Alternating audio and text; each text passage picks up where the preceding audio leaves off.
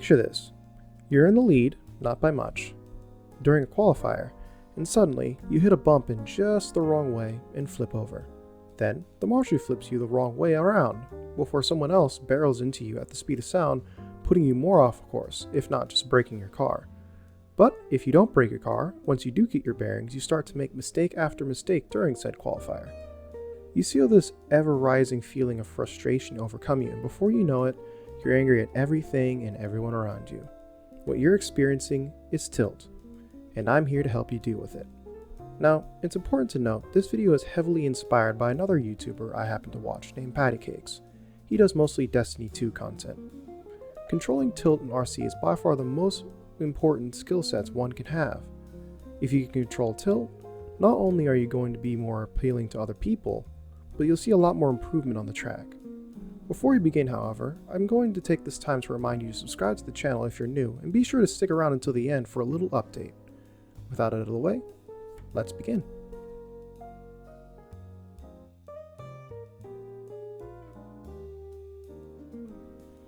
To those of you who have no idea what I mean by tilt, allow me to elaborate.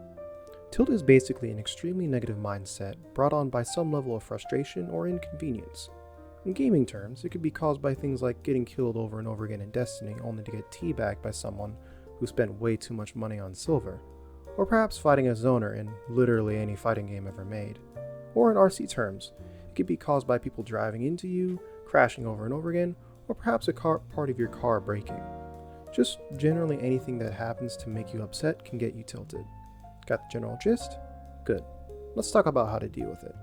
One thing that needs to be understood about tilt is that it doesn't just come from whatever you're doing at that moment. It can come from many outside sources. Maybe you got a big assignment coming up that's due in a few days. Maybe you're having trouble in a relationship. Or any other life challenge you might be having at that moment can all have adverse effects on how you perform on the track.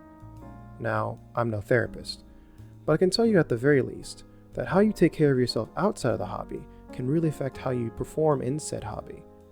If you find yourself making a lot of mistakes that you usually don't make, or you feel like you're getting really upset over small little things, it may be time to reflect on how things are going for you.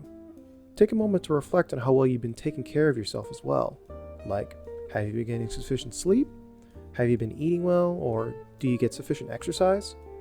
Also, when stuff does get to you and you aren't performing the way you usually do, don't be so hard on yourself.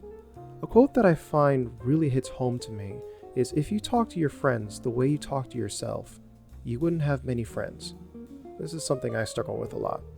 Another thing to take into account is that emotions, both negative and positive, kind of build off of each other. The idea is that the more you think about negative things in life, the more negative emotions will come out and the more negative things you'll notice. Whereas the more positive things you think about, the more positive emotions you'll feel, and the more positive things you'll notice in life.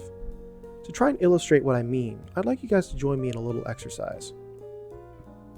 Take a moment to look around your room for a few seconds, and take note of how many blue items are in it.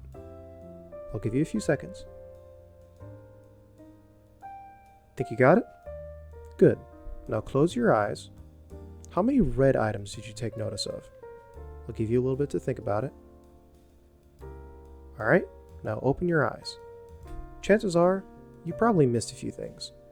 The idea is the same when it comes to positive and negative emotions. There's also the question of who you surround yourself with. If you surround yourself with negative people, you're eventually going to become a negative person yourself. However, if you surround yourself with positive, uplifting people, your overall mood and disposition will improve for the most part.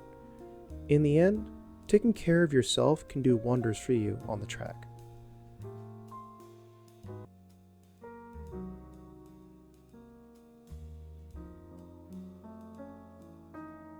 Now, another thing that can be taken into note is that controlling tilt can be broken up into two sections: prevention and treatment.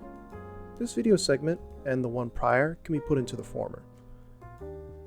One good way to prevent tilt is to identify what tilts you in the first place, be it rational or not, and try and find a solution. For example, I dislike it when people lean far over the driver's stand to the point where I can't really see my car anymore on the front part of the track.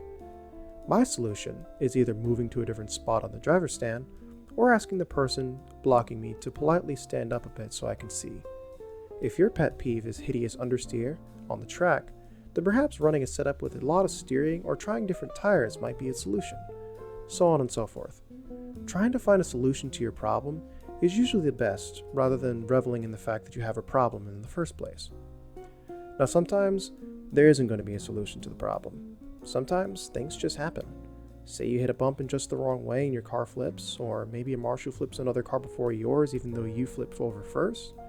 These kinds of things can be more frustrating because of the fact that they are out of your control. Even though you can do everything right, some unfortunate thing can happen and cost you a position or even a race. It's happened to me, and more than likely it's happened to you too. On that same coin, however, it's because of the fact that these things are outside of your control that you shouldn't really take them too close to home.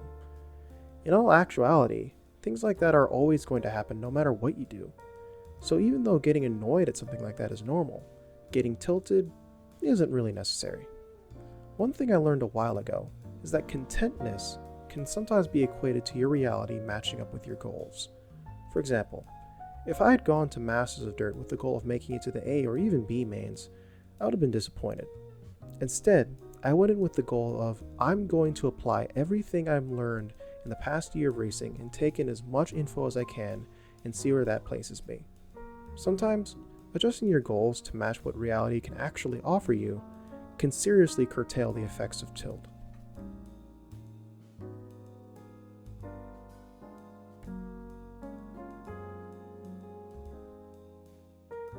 Now, say you've done everything you can, but you eventually still seep into that ever-growing feeling of tilt.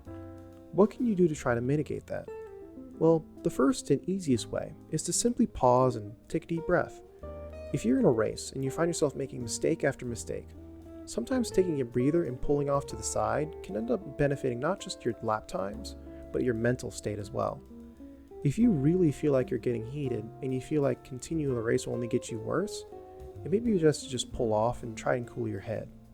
Take a walk around the block if you need to, or perhaps go out and grab something to eat in between rounds if possible. Anything to get your mind off the negative can and will be a good thing. As for things not to do, chief among them would be not to take out your frustration out on others. 99% of the time, others aren't out to get you, and if they are, it's best to take it up with the race officials so they can take appropriate action. Confronting someone directly if you're both civil can work, but that is usually the more risky option. However, this is almost never necessary as, like I said, pretty much in all contact on the track isn't done with malicious intent. 99% of the time, it's just lack of skill. Another thing not to do is to take out your frustrations out on your equipment. Now, I may be a bit biased because I'm poor, but to be honest, when I see someone spike their $500 radio or throw around their $700 plus kit out of rage, I kind of cringe. In the end, all you're doing is hurting your wallet and killing any positive vibes that may have existed prior at the track. And the last thing I wouldn't do would be drastically change your settings to try and improve your stress times on the fly. Yes, if your trim gets out of whack, then it makes sense to change your settings on the fly. However, going from a linear power band to an exponential or logarithmic power land won't yield great results most of the time in the heat of the moment. If you're doing a test and tune day, then it would make sense, but right before or in the middle of a race, don't do it.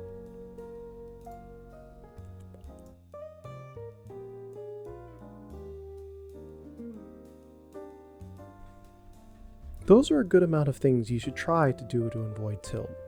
If you made it this far in the video, I really appreciate you. For those of you who stayed longer, I have some news. Very recently, I decided to make some stickers of my new YouTube logo that will be coming on the 1st of June.